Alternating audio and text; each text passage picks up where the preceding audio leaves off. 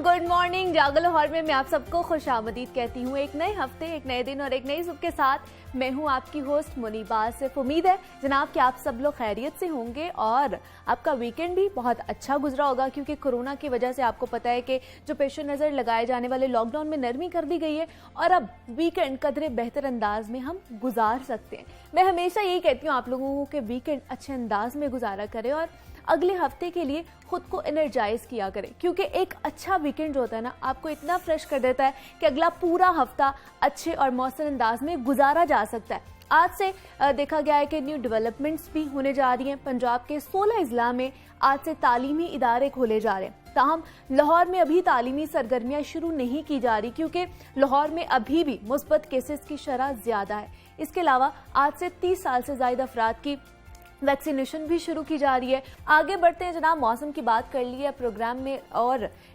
Topic पर बात करते हैं सोशल मीडिया के हवाले से। तो आपको पता है सोशल मीडिया हमारी ज़िंदगी का एक अहम हिस्सा इस वक्त बन चुका है। हम सब मुख्तलिफ सोशल मीडिया फॉर्म्स जो है वो इस्तेमाल करते हैं और सोशल मीडिया किसी भी शख्स को किसी भी इशू पर अपनी आवाज़ उठाने का मौका देता है। पाकिस्तान समेत पूरी दुनिया में तो सोशल मीडिया पर वायरल होने वाली चीज़ें और तहरीकें एक मायने रखती हैं और इसके रद्द-ए-अमल में बहुत मुस्बत इक़दामात भी देखने को मिले। लेकिन तमाम सोशल मीडिया मगरबी ममालिक की पैदावार है और ये ममालिक इन प्लेटफॉर्म्स का अपने मकासद के लिए इस्तेमाल करते हैं, जिसकी हालिया मिसाल फ़लस्तीनियों पर इसराइल की जानिब से किए जाने वाले मज़ालिम के खिलाफ उठाई जाने वाली आवाज़ों का दबाए जाना है, जिससे इन सोशल मीडिया ऐप्स की बायसनेस खुलकर सामने आ गई है, जिसकी वजह से सोशल मीडिया सारिफिन की जानिब से उनकी रेटिंग भी डाउन की गई है। इस मौके पर अपने सोशल मीडिया प्लेटफॉर्म्स की ज़रूरत बड़ी शिद्दत के साथ महसूस की गई।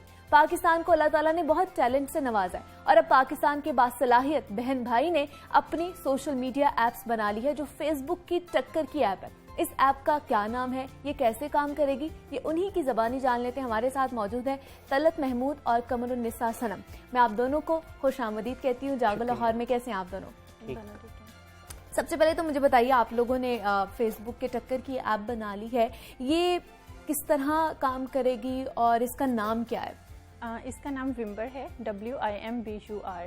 ठीक है। सेम फेसबुक और टिकटॉक की तरह की है, लेकिन इसमें फेसबुक से कहीं ज़्यादा एडवांस फीचर्स हैं। और इसको बेसिकली इसको जो बनाने का मकसद है वो यही है कि अभी जो इसराइल और फ़लस्तीन का इशू चल रहा है, जिसमें हम मुस्लिम्स अगर कोई भी फ़लस्तीन के हक में पोस्ट करते हैं तो फेसबुक और ट्विटर हमारे अकाउंट्स को रिमूव कर देते हैं। बिल्कुल ऐसे ही है। तो हमने ये बनाई है जस्ट पाकिस्तान के लिए नहीं, बल्कि तमाम मुस्लिम ममालिक के लिए कि वो यहाँ पे अपने एक दूसरे के लिए आवाज़ बुलंद कर सकते हैं, मुसलमानों के हक में बोल सकते हैं, फ़लस्तीन के हक में बोल सकते हैं। तो इस तरह ये हमने बनाई। मतलब ये पाकिस्तान के बाहर भी यूज की जा सकती है? जी, ये वर्ड ये हमने तमाम मुस्लिम ममालिक के लिए बनाई है, क्योंकि अभी जब मुस्लिम ममालिक ने फेसबुक का जब इशू आया था तो उन्होंने बहुत ज्यादा इत्तेहाद दिखाया था कि सब मुस्लिम कंट्रीज ने बोला कि हम फेसबुक का बाइकाट कर रहे हैं, तो फेसबुक की रेटिंग 4.6 पे 1 स्टार पे आ गई। बिल्कुल ऐसी है। तो हम ये चाहते हैं कि मुस्लिम ममालिक का ये जो इत्तेहाद है ये कायम रहे। बिल्कुल। तलत, आप मुझे बताइएगा किस तरह ख्याल आया ये बनाने का और इसमें कितना वक्त लगा इसको बनाते हुए? हमें 1 साल से ज्यादा इस पे काम करते हुए हो गया था, लेकिन अभी इस पे 2-3 मंथ हमें और लगने थे। क्योंकि ये फलस्तीन का इशू देख के हमें इसे जल्द से जल्द कंप्लीट करना पड़ा। अच्छा, और अभी ये फुल ऑन कंप्लीट हो चुकी है? जी, अभी ये फुल वर्किंग में है। और मतलब लोग इसको यूज कर रहे हैं? जी, इसको लोग यूज कर रहे हैं। कितनी अभी तक इसकी जो है वो आई है कि अभी इसको हमने कल ही इसको लाइव किया। मतलब वेबसाइट में भी wimber.com और प्ले स्टोर पे भी विम्बर के नाम से है। तो ऑलमोस्ट 250 यूजर्स अभी कल इसको लॉन्च किया। अच्छा, कल ही ये लॉन्च हुई है। ठीक है। और जिस तरह उन्होंने बताया कि 1 साल से इस पे वर्किंग कर रहे थे, तो आपका इसमें क्या किरदार था? और तलत से मैं पूछूंगी कि उनका इसमें क्या किरदार था, वो इसमें क्या करते रहे?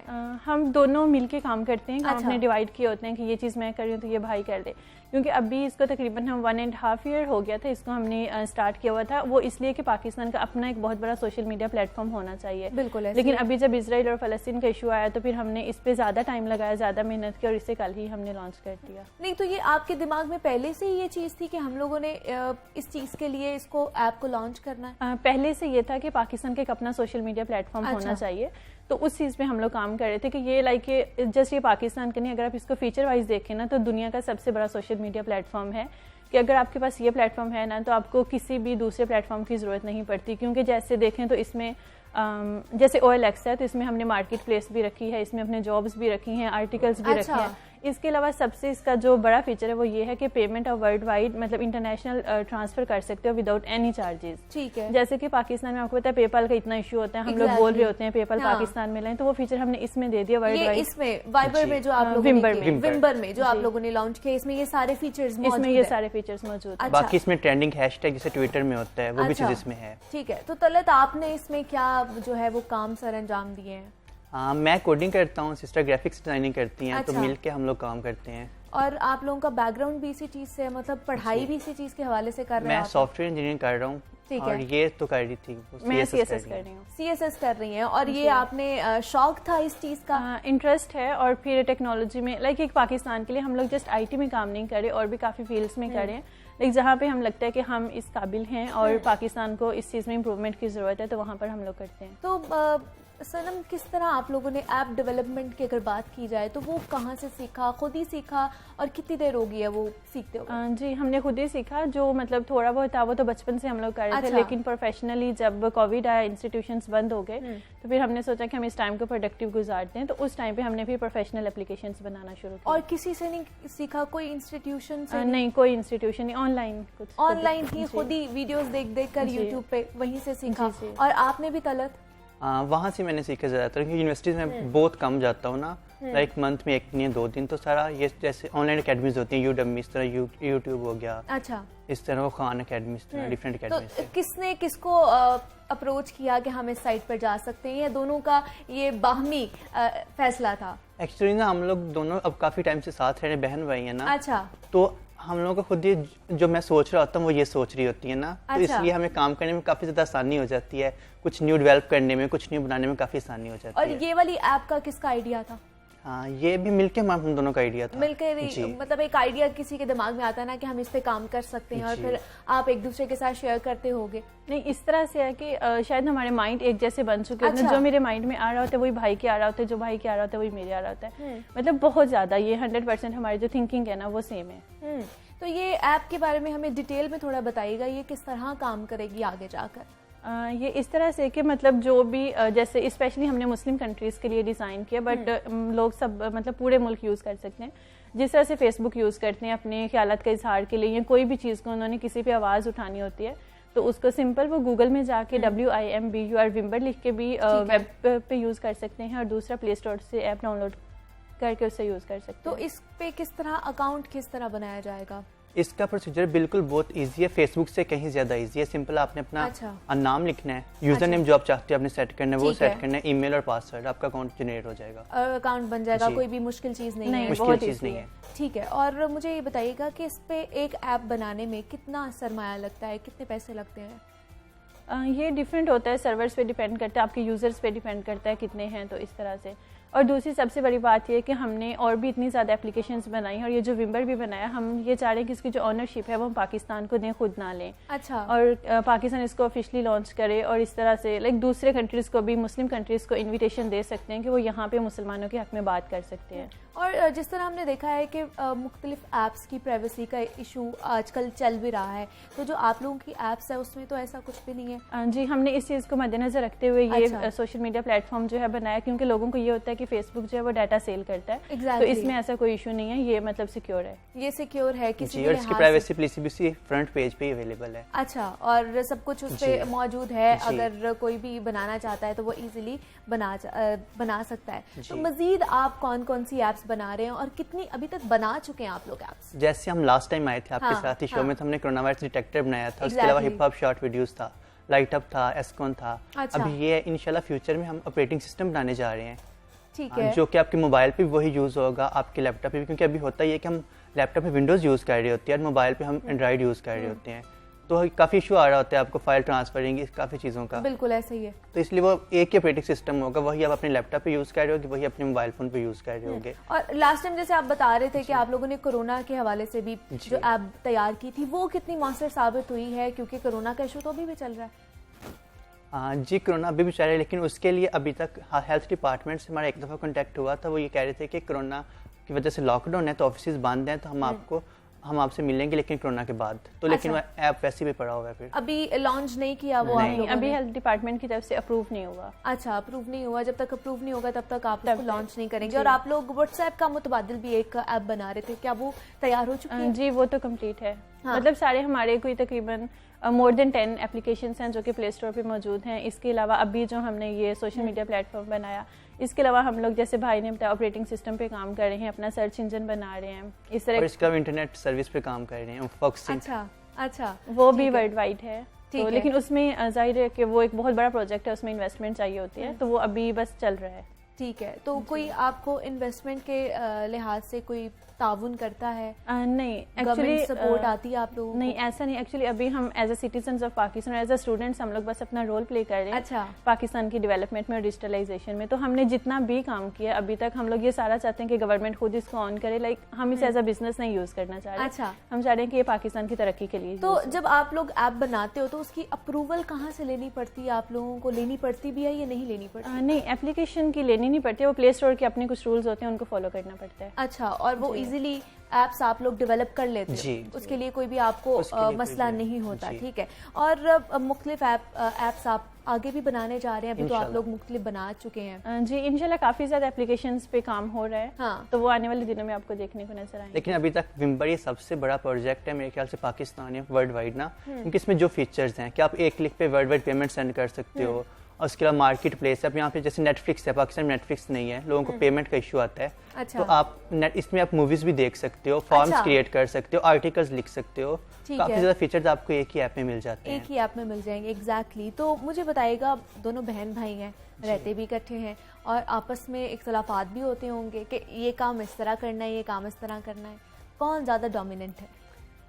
एक्चुअली अभी हमारी अंडरस्टैंडिंग काफी ज्यादा सेम हो चुकी है हाँ। ना, तो इसलिए अभी लड़ाई नहीं हमारी होती। कभी तो लड़ाई होती होगी, कभी तो, नहीं या बहुत कभी भी लड़ाई नहीं हुई आप दोनों में? कभी नहीं हुई है, लेकिन हाँ जब बाहर जाते हैं खाना वगैरह खाने तब कभी हो जाता है। अच्छा। तो अदरवाइज नहीं, काम के लिहाज से कभी नहीं हुई है। तो एक ऐप को बनाते हुए कितना वक्त लगता है?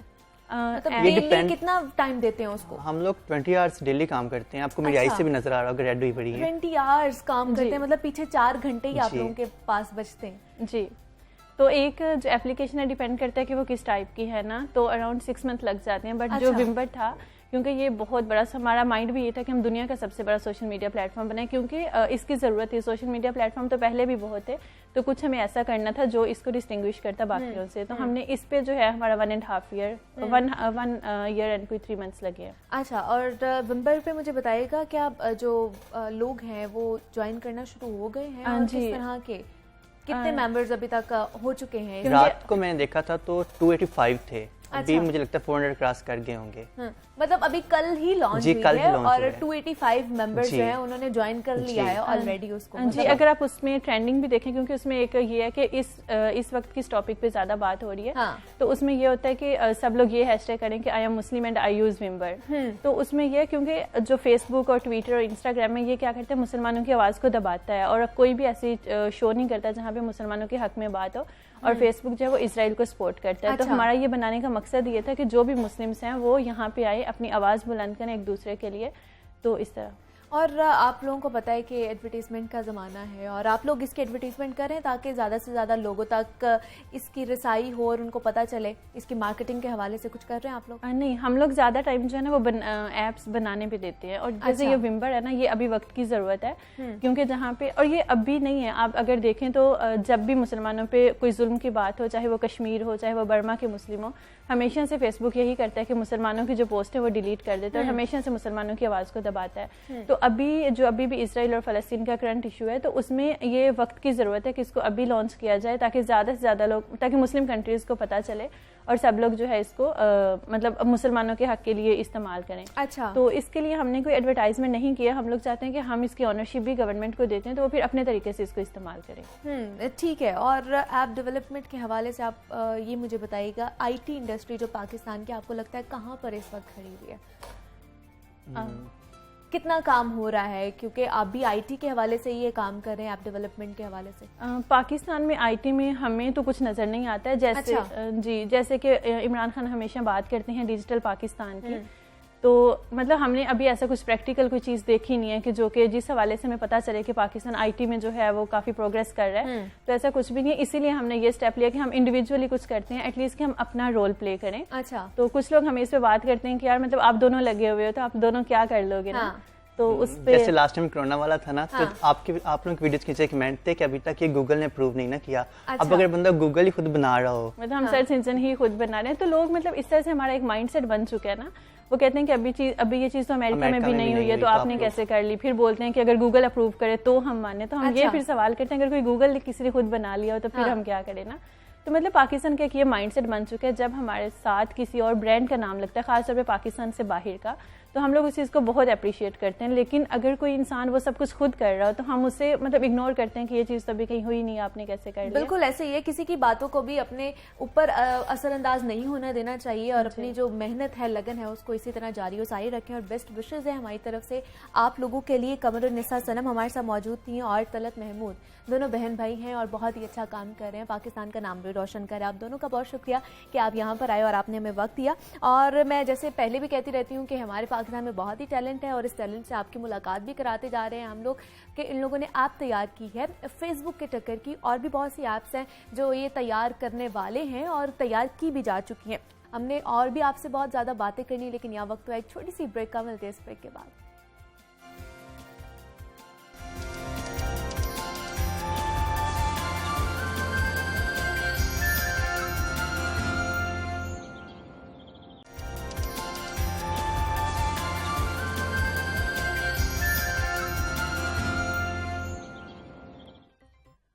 वेलकम बैक टू जागो लाहौर। अब कुछ बात करते हैं जनाब सेहत के हवाले से। तो तेजी से बढ़ते गुनगू मौशी और समाजी मसाइल ने मुल्क भर के अवाम को जहनी कर्ब में मुब्तला कर रहा है, जिसकी वजह से नित नए नफ्सियाती अवारिस जन्म ले रहे हैं, जिनमें से एक मर्ज शिज़ोफ्रेनिया भी है। एक अंदाजे के मुताबिक इस वक्त पाकिस्तान में कमोबेश 25 लाख अफराद को ये बीमारी लाहक है। इस वक्त दुनिया भर में 45 करोड़ के लगभग अफराद मुख्तलिफ जहनी अमराज का शिकार हैं और आज पाकिस्तान समेत दुनिया भर में शिज़ोफ्रेनिया का आलमी दिन मनाया जा रहा है। शिज़ोफ्रेनिया में मुब्तला अफराद अपनी सेहत का ख्याल ना रखने की वजह से दीगर मुख्तलिफ अमराज का शिकार हो जाते हैं और आम अफराद के मुकाबले में उनकी ज़िंदगी का दौरानिया भी खासा कम हो जाता है। ताहम उसका सबसे खौफनाक नतीजा खुदकुशी की सूरत सामने आता है। इस मरज में मुब्तला अफराद में खुदकुशी करने का रुझान आम इंसानों की निस्बत 50 गुना ज़्यादा होता है और 10 से 13% मरीज खुदकुशी कर भी लेते हैं। शिज़ोफ्रेनिया दर हकीकत है क्या, इसके असबाब क्या हैं और इसको किस तरह हम इससे बच सकते हैं, इस बीमारी से, इस पर बात करेंगे। हमारे साथ मौजूद है डॉक्टर ताहिरा रुबाब है, कंसल्टेंट साइकेट्रिस्ट हैं। डॉक्टर ताहिरा, आपको खुश आमदीद कहती हूँ जागो लाहौर में। कैसी हैं आप? मैं बिल्कुल ठीक हूँ, मैं कंसल्टेंट क्लिनिकल साइकोलॉजिस्ट हूँ। अच्छा ठीक है जी, साइकोलॉजिस्ट हैं आप। डॉक्टर ताहिरा, आज जिस तरह मैं बता रही थी कि आलमी दिन मनाया जा रहा है शिज़ोफ्रेनिया का, तो हमें बताइएगा कि ये बीमारी एक्चुअली होती क्या है और इसके बारे में हमारे नाज़रीन को बताइए। बेसिकली शिज़ोफ्रेनिया जैसे जो है जिसको हम एक्चुअली अगर हमने बात करनी हो कि नफ्सियात की रूह से आप पागलपन किसको कहते हैं, अच्छा, तो ये वो एक इंतहाई हालत है कि जब इंसान जो है जिसका रियलिटी के साथ ताल्लुक़ बिल्कुल ख़त्म हो जाता है और उसमें इस बीमारी में ख़ास तौर पे इंसान अपनी एक दुनिया जो है वो बना लेता है, जिसमें उसको लोग भी नज़र आते हैं जो बाकी लोगों को नज़र नहीं आते, जिसमें वो दूसरे लोगों से बात भी करता है जिनसे दूसरे लोग बात नहीं कर सकते। ठीक है। और अगर ये बीमारी बढ़ती जाए इसी तरह से तो आगे चल के इस तरह से हो जाता है कि इंसान अपनी सफाई सुथराई का ख्याल रखना जो है बिल्कुल ख़त्म कर देता है। अच्छा, कई दिन वो भूखे प्यासे और एक ही पोस्चर में भी गुजार सकता है, एक ही तरह से बैठे हुए, एक ही तरह से खड़े हुए गुजार सकते हैं। और फिर समटाइम्स ऐसा होता है कि उसको इस तरह के ख्यालात आते हैं कि जैसे वो इस दुनिया में किसी बड़े काम के लिए जो है उसको भेजा गया, कोई बहुत बड़ा काम, बहुत बड़ी रिस्पॉन्सिबिलिटी उसके कंधों के ऊपर है और इसी तरह की बातें जो है वो कर रहा होता है।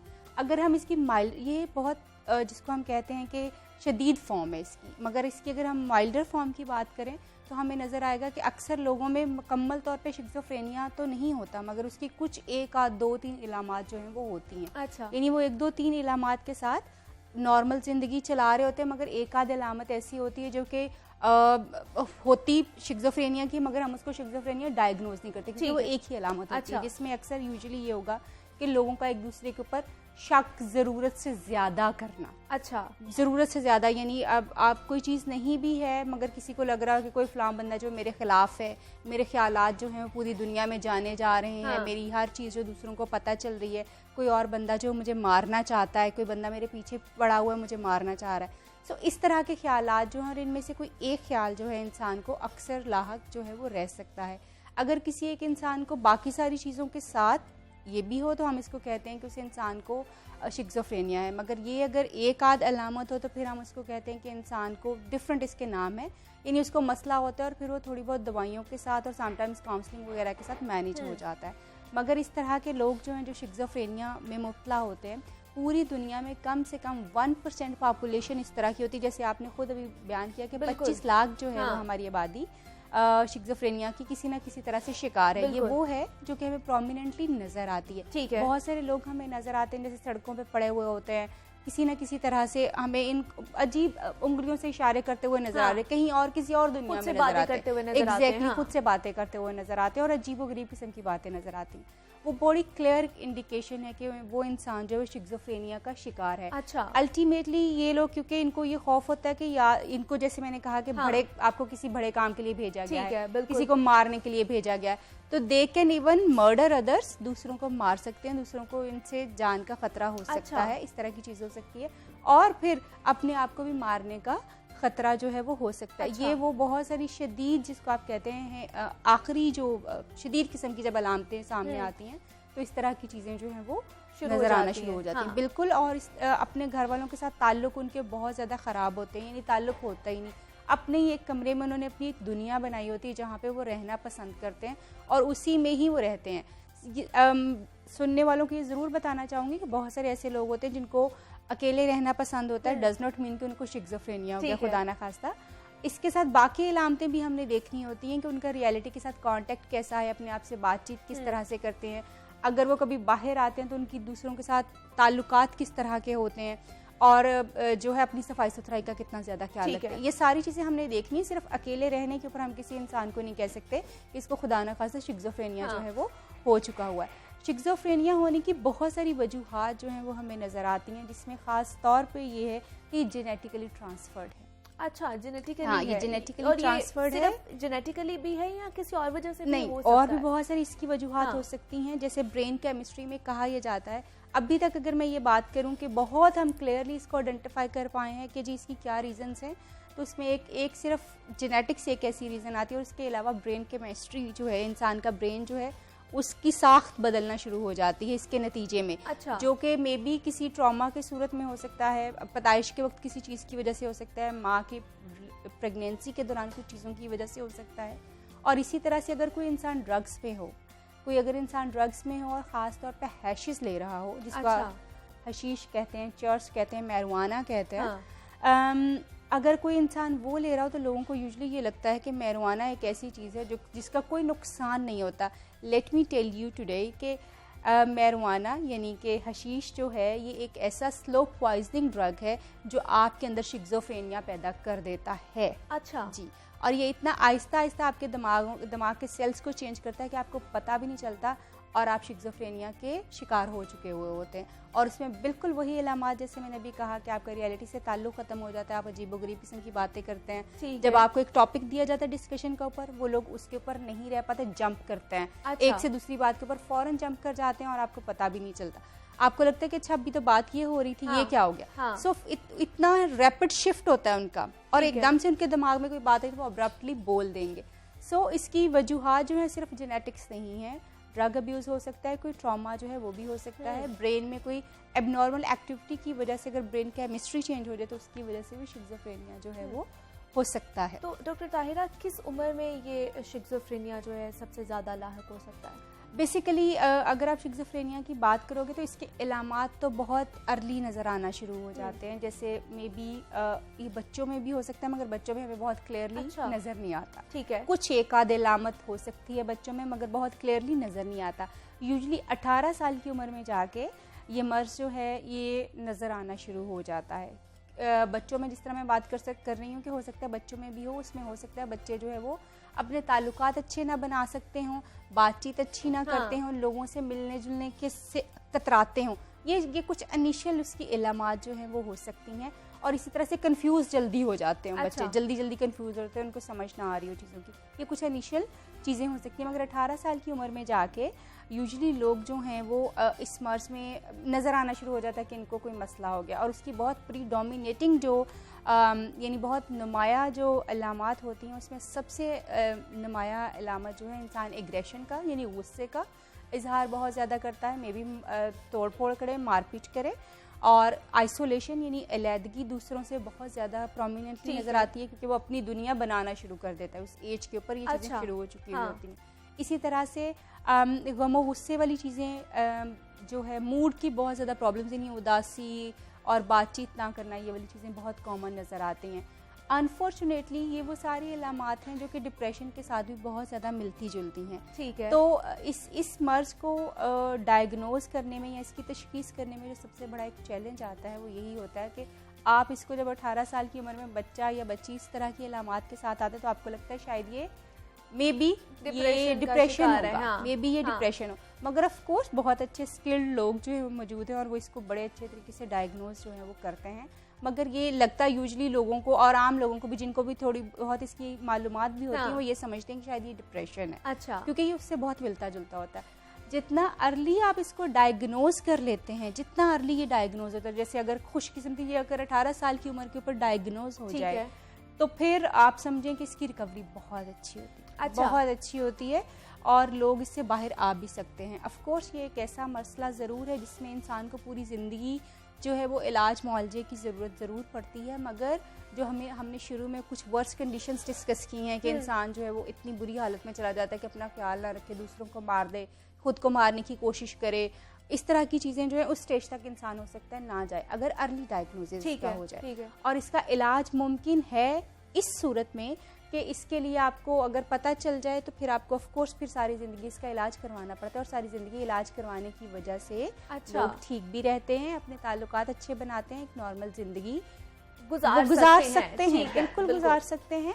और शिज़ोफ्रेनिया क्योंकि एक ऐसी लेकिन डॉक्टर ताहिरा, हमने देखा है लोग इसका इलाज डॉक्टर्स की बजाय तवीज़ गंडों के पास जाते हैं, उस साइड पर चले जाते हैं, तो क्या उनके पास शऊर नहीं है या उनको पता नहीं है इस चीज़ का? बेसिकली जैसे अगर आपको अभी याद हो तो मैंने सबसे पहले आपको एक बात कही थी कि ज़हनी अमराज में जो सबसे ज़्यादा जिसको आप कहेंगे कि लोग, आई एम सॉरी कि मैं कुछ ऐसा वर्ड्स इस्तेमाल करने लगी हूँ जो कि अनोइंग हो सकता है, बुरा भी हो सकता है, मगर जस्ट टू एक्सप्लेन इट कि ये क्या है एक्चुअली।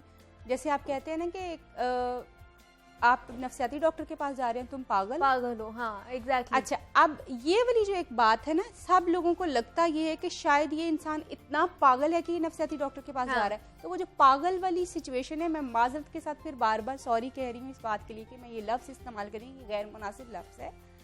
इस तरह की कंडीशन के रियलिटी के साथ इस इंसान का बिल्कुल ताल्लुक जो खत्म हुआ होता है और दूसरी अनसीन चीज़ों के साथ वो बातें कर रहा होता है जो दूसरों को नज़र नहीं आती। फिर वो ये कहता है कि मुझे कोई ख़ास काम के लिए मुतय्यन किया गया है, दुनिया में भेजा गया।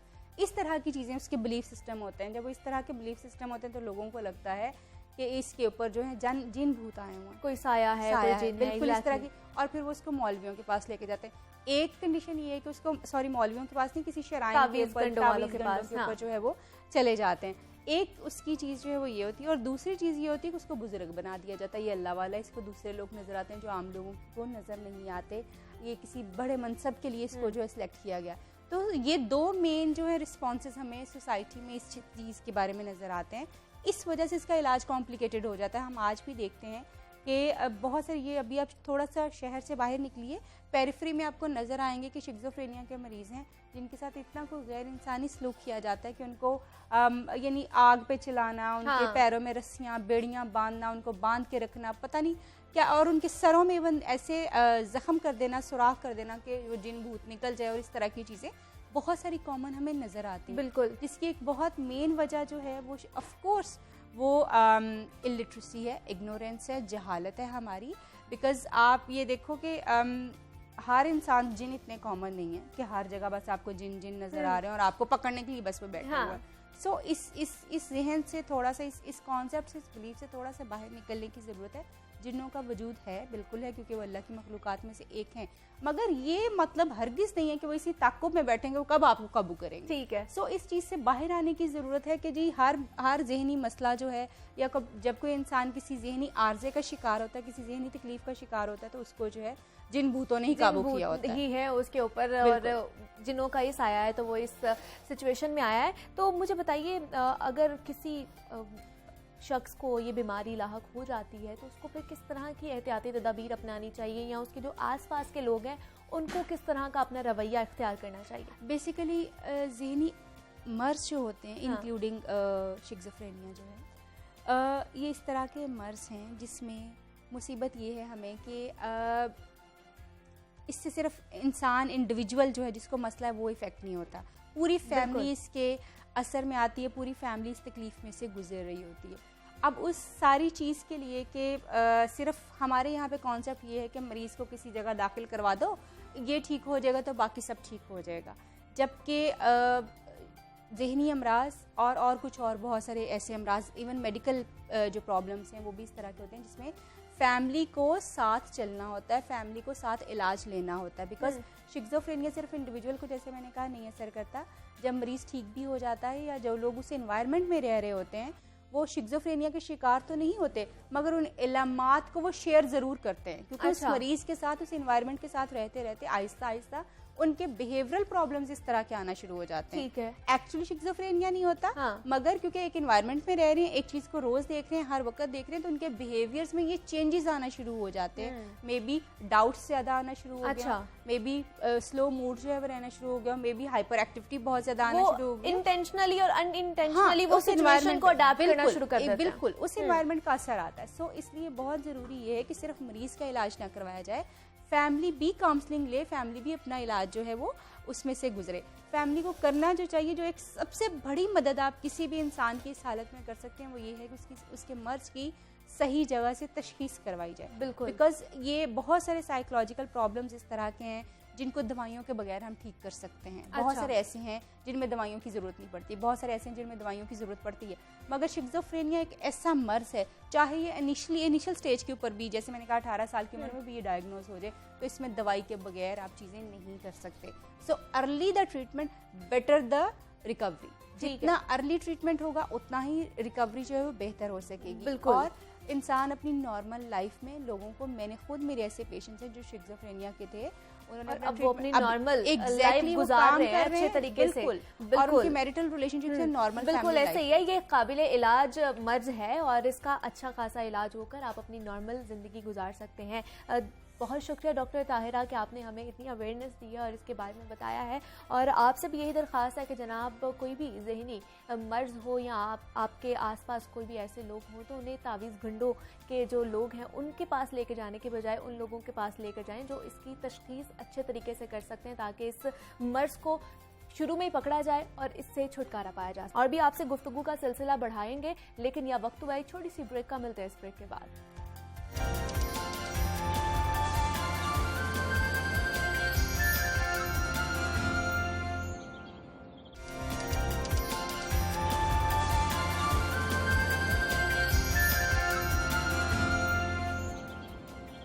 वेलकम बैक टू जागो Lahore and a very good morning. जनाब अब कुछ बात कर लेते हैं सुर और संगीत के हवाले से। तो आपको पता है कि संगीत को या मौसीकी को रूह की ग़िज़ा कहा जाता है, तो बस इसी को पूरा करने के लिए हमने सोचा कि आज कुछ जो मौसीकार हैं, ये जो सिंगर्स हैं, उनको मदऊ किया जाए अपने यहाँ पर प्लेटफॉर्म पे। और हमारी कोशिश भी होती है और हमारा मकसद भी यही है कि नया नया जो टैलेंट है पाकिस्तान को, उसको यहाँ पर बुलाया जाए, आप लोगों से मुलाकात करवाई जाए और आप लोगों को बताया जाए कि वो किस तरह काम कर रहे हैं और पाकिस्तान का नाम रोशन किस तरह कर रहे हैं। तो हमें ज्वाइन किया है हीर खान है, सिंगर है, और उनसे जानेंगे कि वो किस तरह काम कर रही हैं और उनकी सक्सेस स्टोरी क्या है। और उनके अलावा हमें रुहेल वकास भी ज्वाइन करेंगे जिनसे हम बात करेंगे। अभी फिलहाल हीर, मैं आपको खुश आमदीद कहती हूँ जागो लाहौर में। कैसी हैं आप? मैं ठीक, आप कैसी हैं? मैं भी बिल्कुल ठीक ठाक हूँ। हीर, कब से स्टार्ट किया आपने ये गाने का सारा कुछ? मुझे तकरीबन 2 साल हो गए हैं। अच्छा। 2 साल से मैं सुरताल म्यूजिक अकेडमी की स्टूडेंट हूँ। ठीक है। ज़ियाउल हक मेरे टीचर हैं। अच्छा। जानते होंगे आप हादिया हाशमी को? हाँ हाँ, हमारे टीचर एक। अच्छा, हादिया हाशमी और आप लोग एक ही अकेडमी से? एक ही अकेडमी से। ठीक है। और मुझे 2 साल हो गए हैं तकरीबन सीखते हुए। और अभी तक सीखने का प्रोसेस तो हमेशा वो चलता रहता जिंदगी है। भर एक चलता रहता है। जी हाँ। बिल्कुल। और अब मैंने ईद पे एक अपना सराइकी सॉन्ग भी लॉन्च किया है। अच्छा, वो भी हम सुनेंगे आपसे, लेकिन थोड़ा बैकग्राउंड में मैं जानना चाह रही हूँ आपके, कि मैं पता चले कि शौक था इस चीज़ का, इस साइड पर आने का। बिल्कुल। मैं 14 साल की थी जब मुझे म्यूज़िक का शौक हुआ था, और तब मुझे नहीं था पता कि म्यूज़िक लाइक सीखना भी है इसको, या गाना है जस्ट ठीक है। म्यूजिक होता क्या है, होता actually? क्या है हाँ। ये मुझे पता नहीं था इन सब चीज़ों का। उसके बाद फिर आहिस्ता आहिस्ता मतलब शौक था शीशे के सामने खड़े होकर परफॉर्म करना, बस अच्छा, गा लिया। हाँ। तो ब्रश लेके इसी तरह या कोई भी चीज़ पकड़ के उसको माइक बना के जी गा लिया, बस ठीक है। म्यूजिक ऐसा ही होता है। हाँ। ये नहीं था पता उसके लिए इतनी स्ट्रगल भी करनी पड़ती है, सीखना भी पड़ेगा कहाँ पे क्या चीज़ है। जब अभी हमें सर बताते हैं ये सुर ऐसा है, ये नोट पूरा नहीं लग रहा, हाँ। ये नोट ऐसा नहीं है, ये नोट ऐसा है, तो पता चलता है कि वाकई इसमें बहुत सी चीज़ें हैं जो सीखने वाली होती हैं। हाँ। नेचुरल नो डाउट बहुत सा टैलेंट ऐसा है जो नेचुरल है, लेकिन नेचुरल को भी तराशा जाता है। बिल्कुल ऐसे ही, उसको भी, exactly। उसमें भी जब आप सीखेंगे तो उसमें मजीद निखार पैदा होगा।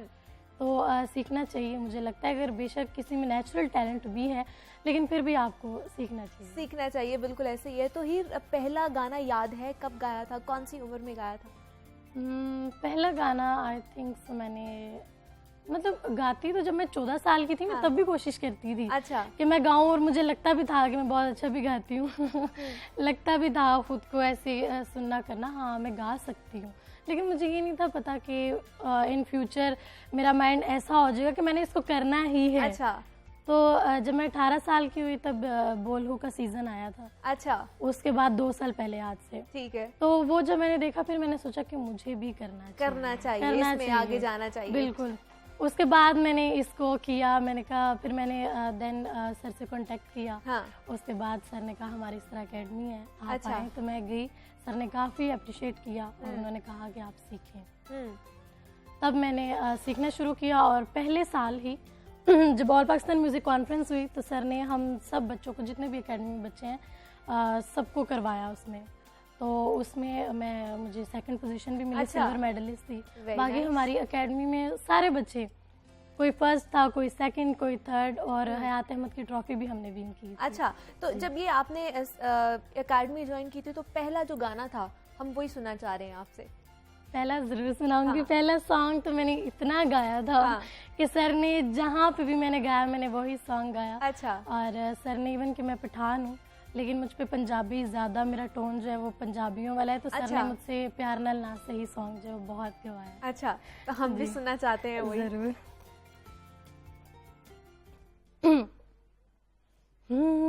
प्यार नाल ना सही, प्यार नाल ना सही, गुस्से नाल वेख लिया कर, बीमारां नूं शफा मिल जांदी, प्यार नाल ना सही।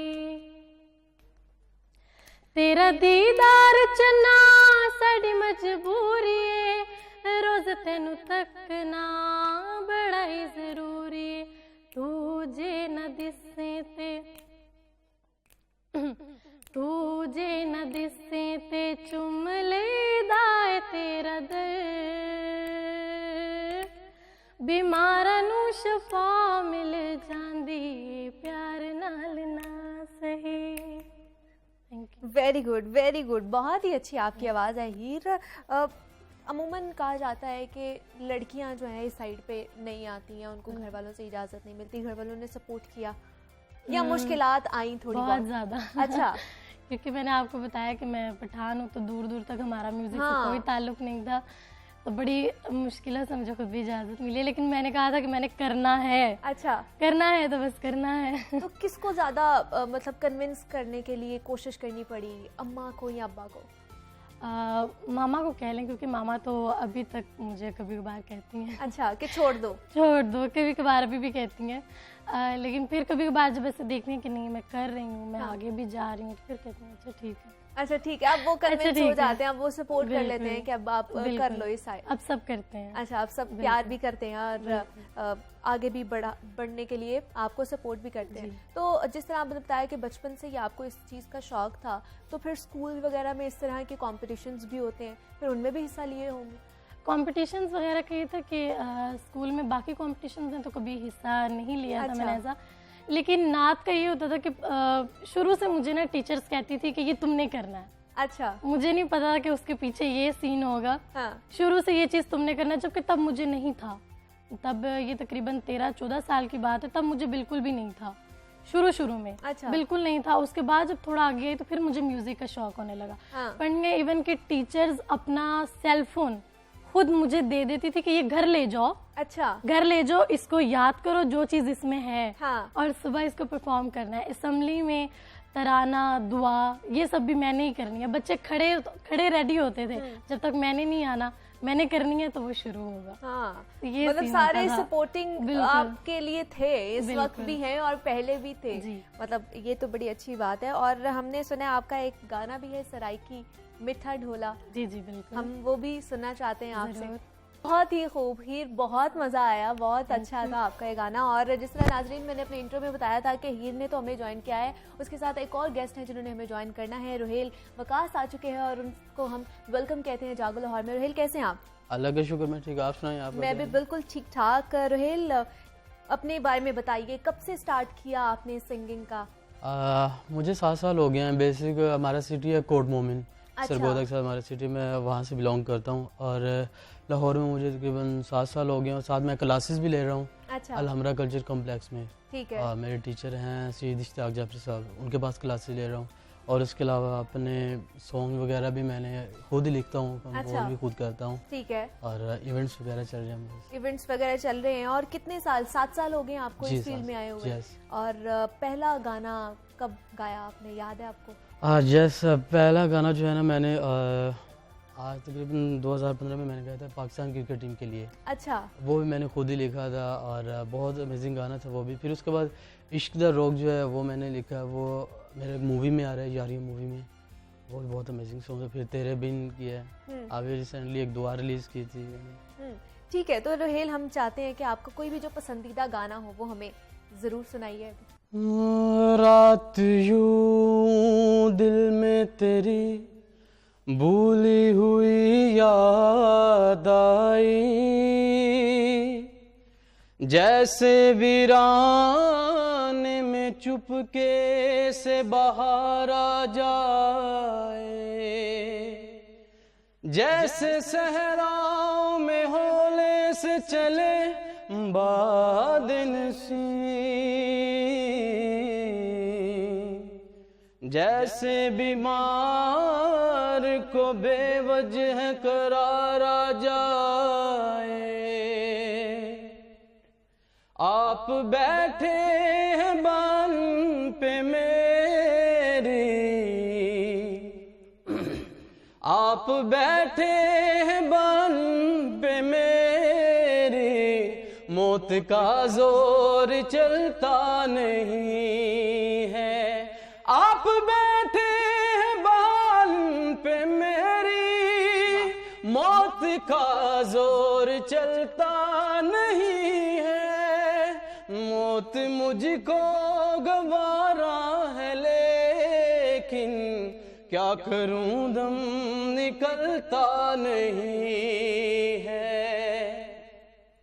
ये अदा ये नजाकत बरास, मेरा दिल तुम पे कुर्बान, लेकिन ये अदा ये नजाकत बरास, मेरा दिल तुम पे कुर्बान, लेकिन क्या संभालोगे तुम मेरे दिल को, क्या संभालोगे तुम मेरे दिल को, उसे आंचल संभलता नहीं है। आप बैठे हैं बाल पे मेरी, मौत का जोर चलता नहीं है। बहुत खूब, बहुत खूब रुहेल, बहुत ही खूबसूरत आपकी भी आवाज़ है। प्लेटफॉर्म्स हैं न्यू कमर्स के लिए, ये न्यू टैलेंट के लिए, आपका क्या मौक़िफ़ है इस पे? प्लेटफॉर्म्स हैं। अच्छा, बात वही है, प्रमोट किया जाता platforms हैं। हाँ। किया भी जाता है। लेकिन जो इनकी बात है वो भी ठीक है। 80% एग्री हूँ मैं इस बात से कि जो रियल टैलेंट है उसको प्रमोट नहीं किया जाता। अच्छा, तो आपको कितने मुश्किलात दरपेश आई या खुद को मनवाने के लिए क्या क्या करना पड़ा? मुश्किल हुई? बहुत ज़्यादा। अच्छा। इवन कि अभी भी है स्टिल बहुत ज़्यादा, क्योंकि जो रियल टैलेंट है उसको कोई प्रमोट नहीं करता। जिस तरह अभी टिकटॉक एक प्लेटफॉर्म आया है, यहाँ पे भी आप देख लें जो रियल टैलेंट है वो नीचे है, वो दबाव है, उसको प्रमोट नहीं किया जा रहा। लेकिन आप देख लें कि जो जिस तरह की ऊट पटांग हरकतें कर रहे हैं वो वायरल है, उसको लोग देख भी रहे हैं, उसको पसंद भी कर रहे हैं, उसको लाइक भी कर रहे हैं, उसको शेयर भी कर रहे हैं। अच्छा। लेकिन रियल टैलेंट को नहीं, लेकिन रियल टैलेंट को करना चाहिए, बिल्कुल ऐसे ही करना चाहिए। और हम आप जैसे लोगों को, आप जैसे नौजवान को प्रमोट करते ही रहेंगे, हमारा मकसद भी है। हीर खान हमारे साथ मौजूद थी, हीर बहुत शुक्रिया आपका। और रोहेल वकास हमारे साथ मौजूद है, रोहेल बहुत शुक्रिया आपका। लेकिन जाते जाते आपसे एक जो दुआ है आपकी कोरोना के हवाले से रिलीज हुई, हम वो भी सुनना चाहेंगे।